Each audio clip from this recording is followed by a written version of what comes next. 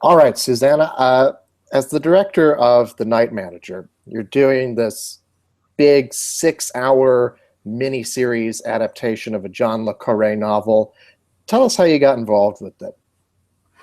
Well, I read the very first version of the first episode that David Farr had written, and I was like, I have to do this. Firstly, firstly because I've always been crazy about John le Carré, and I've always been sort of secretly envious of anyone who got to deal with his material.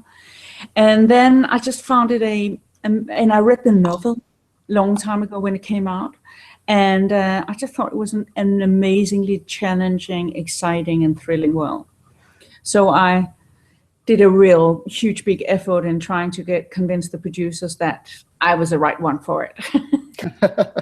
Well, was it easy making the transition into television? Because obviously you've got a lot of experience in the feature film world. Was it a big leap going into television? You know, I've been looking to do television for a little while because, I mean, the writing in television at the moment is excellent. And there's just so many amazing television shows. And I found myself almost being more tempted to watch television than watch movies. You know, when I was kind of looking at stuff, I kind of suddenly realized I've been now watching 40 hours of television, and I have reluctantly watched like probably through 3 or 4 hours or 3 or 4 movies. So I was tempted by it, and I found it incredibly satisfying and challenging and fun to do 6 hours as opposed to do 2 hours. It's big. I mean, it's huge, and we were shooting all over the place, and you know, it was kind of quite a demanding thing. But doing 6 hours for a director is very, very interesting. It's like writing it's like dealing with a proper big fat novel as opposed to doing a short story. I love short stories, but there's something about the detailing, the layering, the way you can deal with minor characters, really give minor characters space, which is so satisfying in doing TV, and which in this particular show have been so joyful. Mm-hmm. Well, let's talk a bit more about mounting this epic production, because I mean, it is, in the first episode alone, you've got so many different locations all over the globe. Talk about just planning this out, this big epic 6-hour thing. Well, I mean, I want to say that it was a logistic nightmare, and it was also a logistic nightmare which didn't become any less complicated when it turned out that Olivia Colman, who plays Bier, was pregnant. And so we didn't just have a very short window where Tom Hiddleston and Hugh Laurie was available. We also had the fact that we were now having to a pregnant, very important character who very soon wouldn't be allowed to travel. And we started shooting in Switzerland, that we shot in England, in London, and in Devon, and then we went to Morocco and shot in Marrakesh and outside of Marrakesh, and then went to Spain and shot in Mallorca. So it was without any further complication, it would have been a logistical nightmare. And then we just add things, and but you know, I think in a way, as a director, what you do is you just kind of go for the best possible artistic solution, and then you just kind of want to make it happen, as opposed to worrying about it's not happening, or as opposed to worrying about things being difficult. So I also had I had a number of locations where I was like, for example, the restaurant on Mallorca in episode 2 where he's being beaten up, which sort of starts his voyage into the world of Roba. Jonathan Pyne's voyage into the world of Roba. That restaurant is a very tiny restaurant, which basically only has not a dirt road, but a very small road leading down to it, and the big trucks couldn't go down there. So I had like a whole production crew going, really? So you want to shoot like a very, very big, very important scene in a place where we can't take the trucks down? And I was like, yeah, That's right, and and I'm I'm glad because it looks beautiful and it works really well.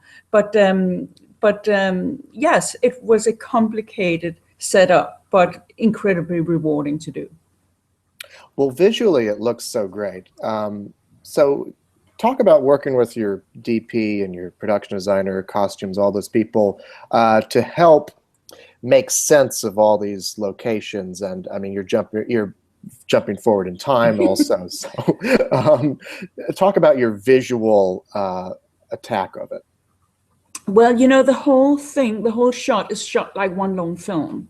Mhm. So we'd be doing a scene from episode 2 in the morning, and then a scene from episode 6. Everything was kind of random the way you shoot a film. So we have 6 hours of material, and basically my brief to the whole visual department was that it needs to be as sexy as, and it needs to be as sort of, everything needs to be seductive. And it wasn't just because I wanted the look, it was also because it was part of the story. Because the story of Pine gets involved in Roper's world, and what you as an audience is sort of, the tension is about, does he get corrupted, does he get seduced by this world, or does he maintain his moral integrity, or will the mission be compromised? And I think as an audience, you all the time sit and kind of wonder where that there's a lot of tension in that whole thematic beat, and that can only work if that world is utterly seductive. So the location needed to be really seductive and beautiful and lavish, and the costumes needs to be very specific. And I've always had a feeling that, when you depict, often when we filmmakers or television makers depict wealthy people, we fall back on cliches. We think wealthy people look in a specific way. And I wanted to avoid the cliches. I wanted to really have the lavishness, but I didn't want it to look the sort of the cliche or the stereotype. Like I didn't want Roper's girlfriend, who's played by Elizabeth Debicki, to be the stereotype, which is why Elizabeth Debicki was a wonderful choice in that respect, because she's beautiful, but she's definitely not your kind of standard trophy girlfriend. Mm-hmm. And so everything, that was a brief for everyone, production design, for DOP, and for costume. Mm-hmm. Let's talk about the actors, because this is a really great cast. Start with Tom Hiddleston. Well, Tom Hiddleston is he's almost like a spy himself. He's got this sort of weird, he's very enigmatic, and he will be totally present in the scene, and he will be completely, and there will always be a part of him which he's never going to reveal. And so he's a kind of a perfect spy. And you don't really know you like him, and you think he's very sexy and handsome and beautiful, but I think there is a part of him where you're a little bit uncertain about whether to trust him completely. Right. So Hugh Laurie. Hugh Laurie, the worst man. Hugh Laurie plays Richard Roper, the worst man in the world, as he's described in the book. So the worst man in the world in our show is the most charming man in the world. I mean, Hugh Laurie is the most charming man in the world. And having that cocktail of someone this charming being this evil is quite, there's something irresistible about that. And, I think that was, we really wanted that. And I think that's also part of that whole thing. He's a guy whom you want to be seated at dinner. You want to be seated next to him. You want to be holidaying in his house.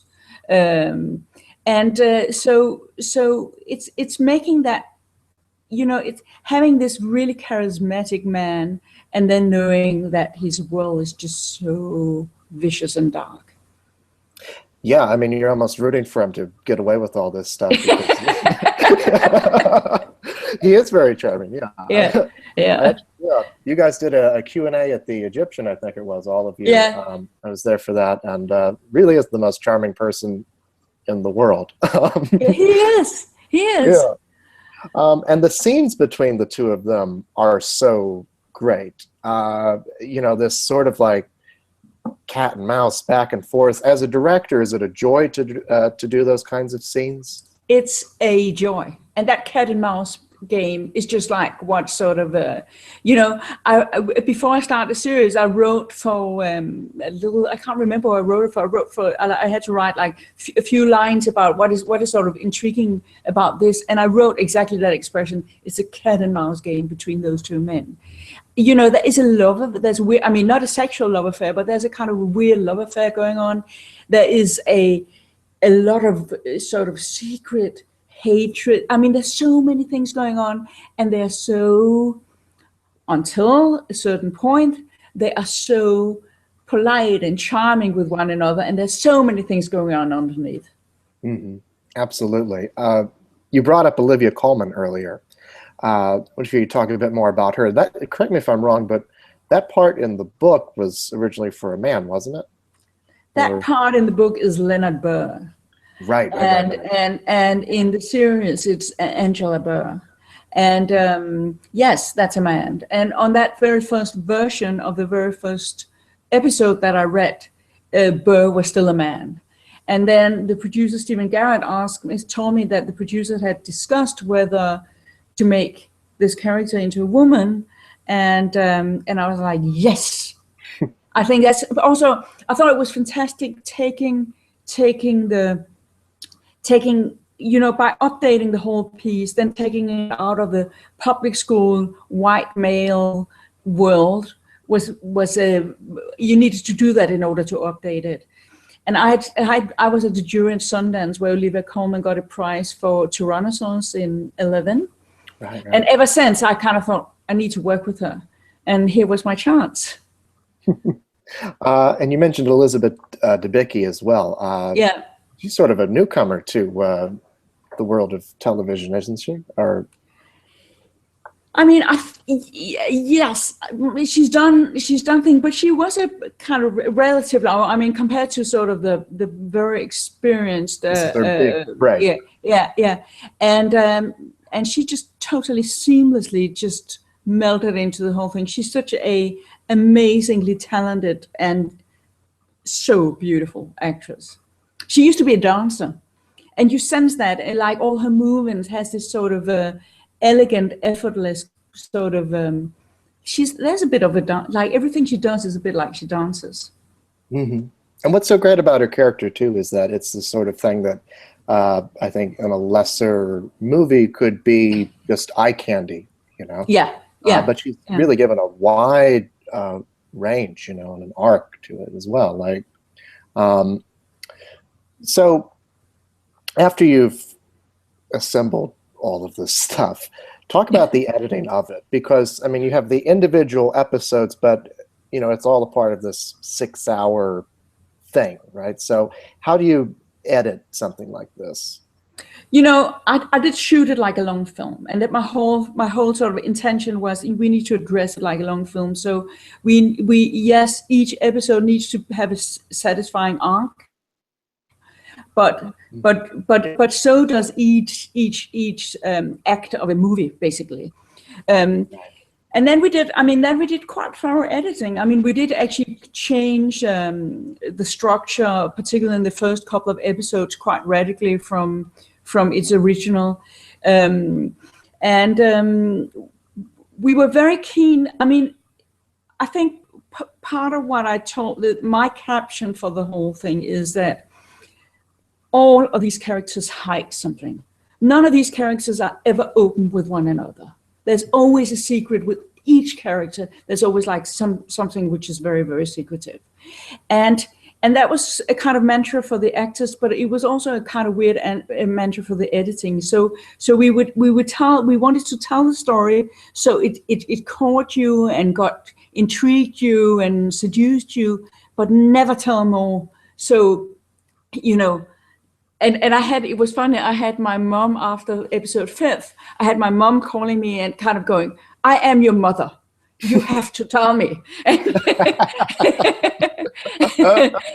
I was like, no, mommy, I'm so sorry. I'm not going to. That's funny. I'm wondering, when you're constructing something this big and this complicated, and that is so reliant on, John le Carré is great in his storytelling, these complex mysteries. Is it easy to lose sight of, what am I trying to say here? Like, is it? I know what you're saying. Right. I know what you're saying, because you're saying, do you find yourself making logistical mistakes? Like, do you find yourself making, because it's shot that way, that you've suddenly, there's something that is like some kind of oversight, which is basically my biggest fear throughout the entire shoot, because I improvise a bit. I'll take the scene and it doesn't play, and then I change dialogue, and then, and so having a certain sense of liberty with the material, and yet having the logistical sort of demands that sort of show has. I did sleep and I did work, but I did not think of anything else for the entire period, because that was, I was terrified that I'd make some kind of mistake, and only realizing in editing, going, oh, right. And so I was basically super, super alert all the time, as were the producers, as were Hugh and Tom, and so I think we were all holding hands in sort of making sure that this wasn't happening. Right. So it sounds like you really enjoyed your foray into television. Any plans to go back to it, either here or in Denmark? Yeah, I'm going to be doing more television. Mm-hmm. Anything on the horizon right now that you can talk about? I don't know. No.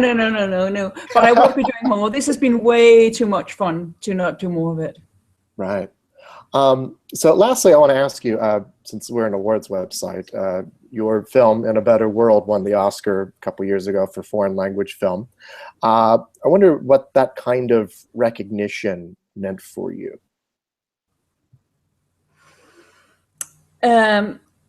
Firstly, it's incredibly wonderful having an Oscar, and having, on the first night I put it next to me on my pillow, and and then, I think it's a kind of, it's a sort of a stamp of quality. It does open doors. It does mean that you've actually achieved something which is sort of universally recognized. It does not mean that whatever you do next comes lightly, or is less of a pressure, or you can, basically, it does not mean that you at any point can be slack or arrogant about the material you're dealing with. So yes, it's wonderful and it opens door, but make no mistakes. Whatever you do, you have to be just as diligent and ambitious and thorough with. So it's great, but no, it's not like a blank check. Of course. Well, thank you so much, and congratulations on your work. Thank you. Thank you. You're welcome. Have a great day. Thank you.